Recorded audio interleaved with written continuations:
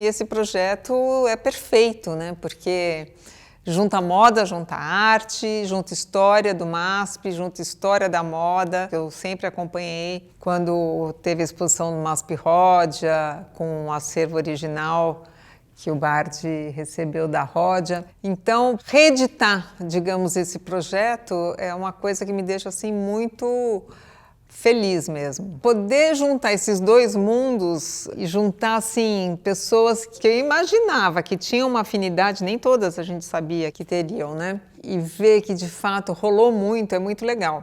Os primeiros contatos a gente fez todos antes da pandemia. A gente teve a sorte de fazer todos antes, mas depois veio a pandemia e o mundo ficou virtual, digamos. Era um momento político também que já estava esquentando e que daí foi esquentando mais, com questões que daí emergiram muito fortes em alguns trabalhos, né, em algumas duplas. O mesmo momento interpretado de acordo com o repertório de cada um.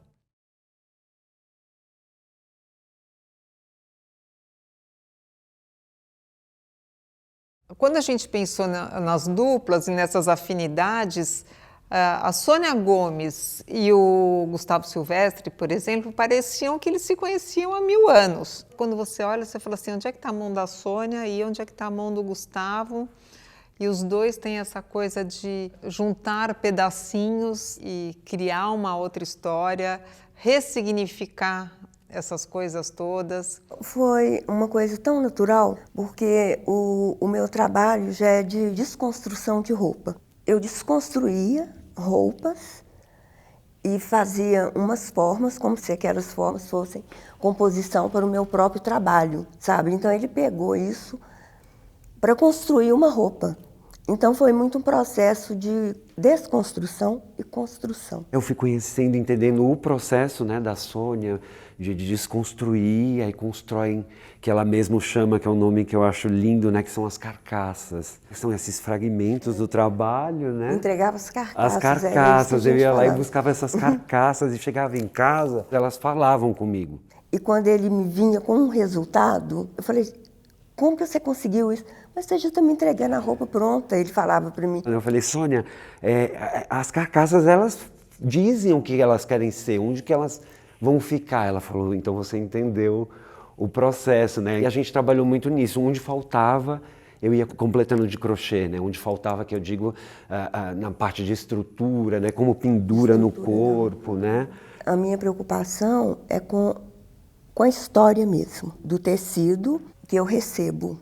A roupa, quando vem, que ela já teve um uso, já vem com o movimento daquele corpo. Eu acho que tem essa densidade, né?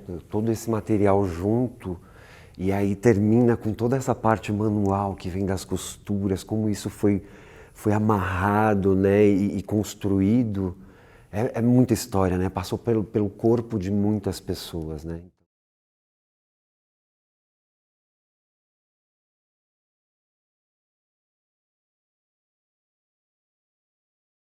O Guto Carvalho Neto e a Laura Lima, que já estavam com uma pegada de sobrevivência desde o começo, antes da pandemia, mas que daí, mais do que nunca, confirmou, né? Porque a gente pensar em sobrevivência antes tinha um viés. Daí veio a pandemia, aquilo virou primordial. Então, quando vem uma roupa que é um casulo, que é a sua casa, que é a sua proteção, que você é um nômade e, ao mesmo tempo, você tem toda a autonomia. A gente está diante de uma crise absurda de imigração. Essa questão da travessia mexeu muito com a gente também. Assim, quanto tempo eu posso ficar? Se não der certo, o que eu preciso ter? O que não pode faltar? O trabalho inteiro foi sendo criado a partir de uma perspectiva de imaginar o que seria essa pessoa atravessando. Comecei a pesquisar e me veio à cabeça as curvas de nível de geologia. O que nós pensamos é que essa roupa ela pudesse ser uma só, com essa versatilidade no calor ou no frio. Ele pode ser solto da parte da frente, levado para trás, para você fazer as necessidades básicas, volta, fecha. Atrás tem a água, que é para hidratação. A gente tem uma luz forte, que justamente foi colocada na posição do coração, né? Eu busquei um tecido que pudesse proteger do sol e ao mesmo tempo respirar. A barraca, ela pode sair e pode ser montada e ela cabe 2 pessoas, principalmente um corpo grande e um corpo menor. E no saco, no habitável, tem uma tela onde o adulto consegue ver a movimentação do lado de fora. E ao mesmo tempo ele tem uma estrutura que ajuda nessa camuflagem. O tom terroso é também para mimetizar o espaço. Não é só ilustrativo, não. A peça realmente funciona. Esse exercício foi um exercício inicial, mas que também pode provocar as pessoas. Esse atravessador pode ser a gente no futuro. Será que isso pode ser a nossa casa algum dia?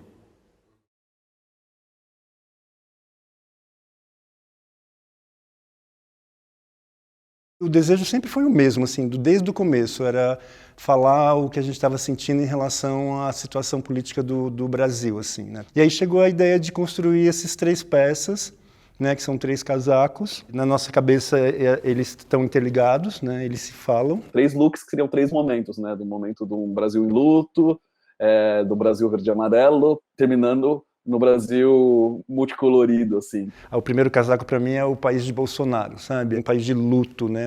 Então a gente construiu bandeiras pretas que revestiam o casaco todo por fora e dentro a gente quis usar imagens de brasileiros, levando em consideração esse momento que a gente está vivendo de luto mesmo. A gente terminou no auge da pandemia. E a ideia é quando a pessoa abra para vestir esse casaco, a pessoa olhar e sentir esse peso, sabe? Quando ela vê a data 2020, partindo pro segundo casaco, uma roupa, quaisquer que seja, verde, amarelo e azul, tão forte desse jeito, é uma anedota, né? É quase que uma piada do que o Brasil se tornou. Para mim, um casaco todo de bandeira verde e amarela, ela simboliza que a gente quer de volta, a gente não quer abrir mão da nossa bandeira, a gente não quer abrir mão das nossas cores, muito pelo contrário, né? A gente quer de volta, a gente quer ter orgulho das nossas cores. Daí, indo pro último casaco, a gente encontra talvez a síntese desses 2 casacos, sabe? O Brasil do futuro, que esperamos que seja em breve. Ele simboliza essa história da cultura brasileira, dos ícones de Brasil, da quantidade de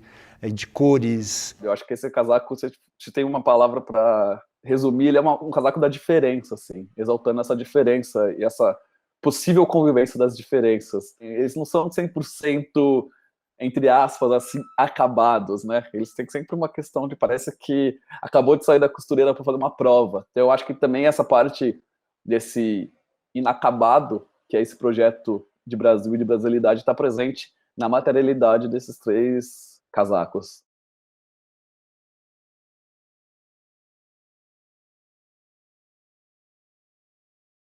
Como trabalhar com esse universo da cultura iorubá, com todo o cuidado de não reproduzir isso, não etnografar isso, não ilustrar isso, nem fazer roupa de orixá. Mas a gente queria fazer alguma coisa, né, que trouxesse toda a complexidade da cultura.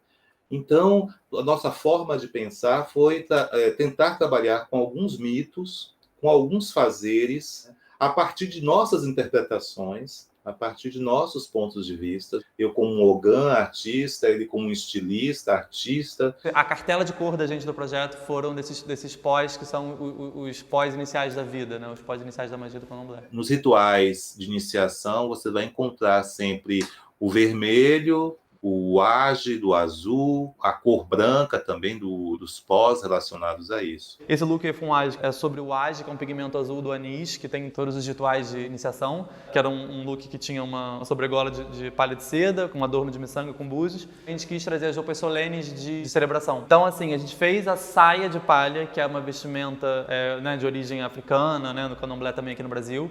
É uma roupa toda opulenta, assim, né, toda bordada de pérolas barrocas. Um dos nossos looks era sobre o pano da costa, fazer referência sobre o pano da costa. É um pano, né, hierárquico, que tem o urdume. Esse look ele faz referência também, não só a esse universo de artesania e distinção dos panos da costa, mas também a esse universo que cerca os mitos iorubanos sobre a cabaça da existência, que é o Igbadu. Então, assim, todos eles têm uma associação, assim, ou a forma de vestimenta, ou a maneira de, e como isso também era usado na cultura africana de uma outra maneira completamente diferente, né? A gente queria criar também uma visualidade dessas disputas coloniais com as questões da africanidade. Eu acho que os looks representam um pouco isso.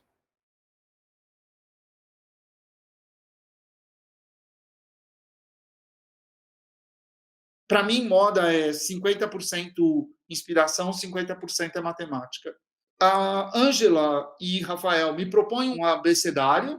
Esse alfabeto é construído a partir de figuras geométricas. Então, eu tenho círculo, semicírculo, um triângulo e um retângulo. Qualquer roupa dessa, com a palavra do lado, e você colocar planificar, você vai ver que cada roupa tem a quantidade exata de círculos que constam na palavra, de retângulos e triângulos e semicírculos que constam nessa palavra. A gente propôs para ele uma tipografia com sistema de escrita e propôs 3 palavras, né, que eram corpo, obra e roupa. E aí como construir a partir dessas palavras, com esse sistema de escrita, os looks. Uma saia para nós, uma saia é uma letra O. A gente vê esse O na saia. Daí que surge. Os croquis deles são uma espécie de mapa, né? De mapa de todo o processo. A hora que eu fiz o corpo, estava tudo pronto. Sabe assim, o difícil foi chegar realmente na ideia de construir a partir da palavra. A gente acabou vendo ali uma possibilidade de discutir com mais profundidade o que é esse objeto roupa, o que constrói esse objeto. Falando nela quase como se fosse uma escultura. Uma estrutura. Uma estrutura. Para eles tem uma matemática em cima disso, tem um olhar pré-determinado de como isso vai ficar no espaço, da onde isso vem, como isso se combina. Esse raciocínio antes de ver a cor, o tecido, a estampa, o bordado, o efeito, existe uma arquitetura por trás disso, existe não sei nem se a arquitetura é a palavra certa, mas um estrutural, na realidade, por trás disso tudo. E, para mim, roupa é isso.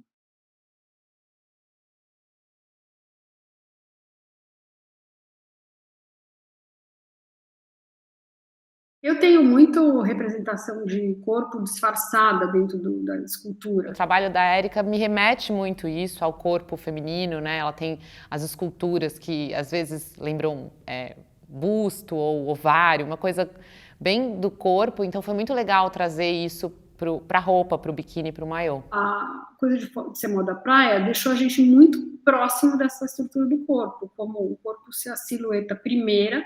E aí depois a gente até mudou bem a silhueta, muito até. A primeira coisa que me chamou muita atenção foram as coisas desenhadas, as estampas desenhadas para cair no lugar certo do corpo, mexendo direto com a silhueta, assim, direto, não é uma estampa que está lá passando por cima. Ele é programado para ter um encaixe e se relacionar com a forma. São 3 looks, né?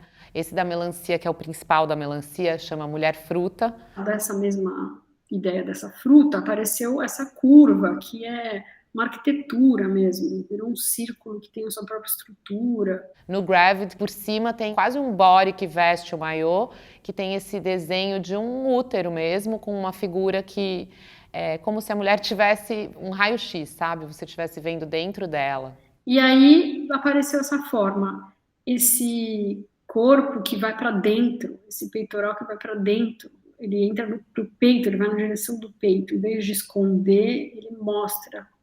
E o biquíni embaixo fica uma estrutura totalmente independente. E o terceiro que a gente tem essa frente trás, que tinha um trabalho que foi muito inspirado, que chama Mulher Fruta.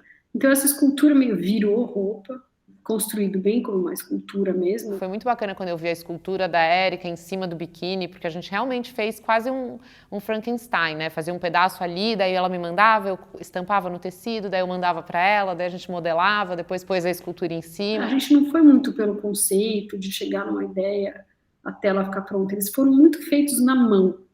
E aí eu acho que tem a coisa da escultura, eles foram feitos, descobertos na mão, mais do que no croquis.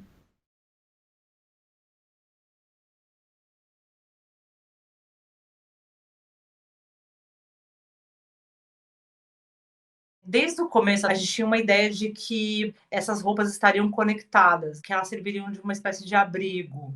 Nessas roupas você tem essas ondas sonoras. Dessas ondas saem fios e se conectam nas orelhas. Então é como se fosse assim, várias orelhas estão ouvindo várias coisas ao mesmo tempo e existe uma comunicação entre esses 4 looks, né? Como se fossem as orelhas fossem esse hub de ligação entre um e o outro. Essas faixas, apesar de ser uma coisa muito constante no meu trabalho, coincidentemente, é uma coisa muito constante no trabalho da Vivian também. Instintivamente ou por acaso, essa comunicação já estava existindo. A gente resolveu aproveitar essas faixas, além de modelar a roupa, você pode amarrar essa roupa, criar um cinto, servem também como conexão de uma roupa para outra. Eu sempre trabalho com muitas transparências, com telas, transparências, e ele sempre teve isso, em muitas roupas dele tem a transparência. A roupa transparente você pode ver tanto a orelha quanto essa onda, você vê o look, você vê os dois planos. O trabalho evoluiu pela sonoridade do trabalho dela, realmente. A transparência que hoje existe nas roupas que foram criadas, realmente é um significado dessa sonoridade. Eu estou pensando muito em coletividade ultimamente, porque eu acho que está numa crise da coletividade. Talvez com a internet, com as redes sociais, a gente tem uma impressão, uma ilusão de uma coletividade, mas na verdade a gente só está meio que numa câmara de eco, onde a gente só se vê a nós mesmos. O título eu pensei dessa frase, assim, que é uma frase que a gente vê muito em filme americano. She won't listen. Do tipo assim, é uma mulher que está sendo muito teimosa e por isso ela não ouve. Como essa frase é sempre muito repetida, eu acho que ela diz bastante sobre essa crise de escuta, sabe?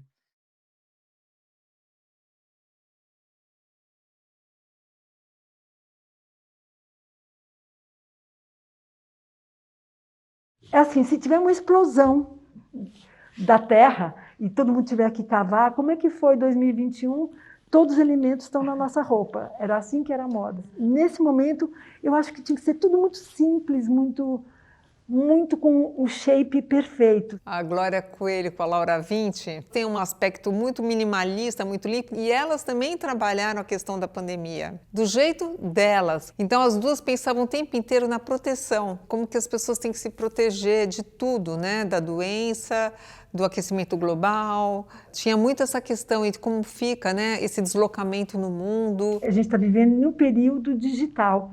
E agora, eu acho que é um digital biológico. Você tem que saber, você tem que se proteger. Você não pode estar livre sem uma máscara. E na hora que chegou a pandemia, a gente falou, tem que fazer com máscara. A gente colocou o desenho dela na roupa e a gente colocou também o mobile dela em uma outra roupa. E aí ela fez joias maravilhosas. Ela destruiu o planeta e jogou dentro de uma bola de vidro. A coisa do mundo que a Laura encapsula, digamos, né, nos acessórios, mas também que aparece nas estampas. Pensar mesmo que é a nossa relação com Gaia, com o mundo, com a Terra, né? O que é que nós fizemos? Quais foram nossas escolhas, né? Quais foram? Né? Eu acho que uma coisa, característica principal, acho que tem nos dois trabalhos, é exatamente uma economia certeira, né? De uma exatidão na simplicidade. Aquilo é a consequência do que está acontecendo mesmo, é a história de 2020, 2021. É um panorama de um momento que fica muito claro esse momento que a gente viveu, né? É um momento da moda que vai entrar para a história e essa etapa do projeto MASP Moda Renner, ele entrega, né? Ele entrega esse reflexo da sociedade mesmo.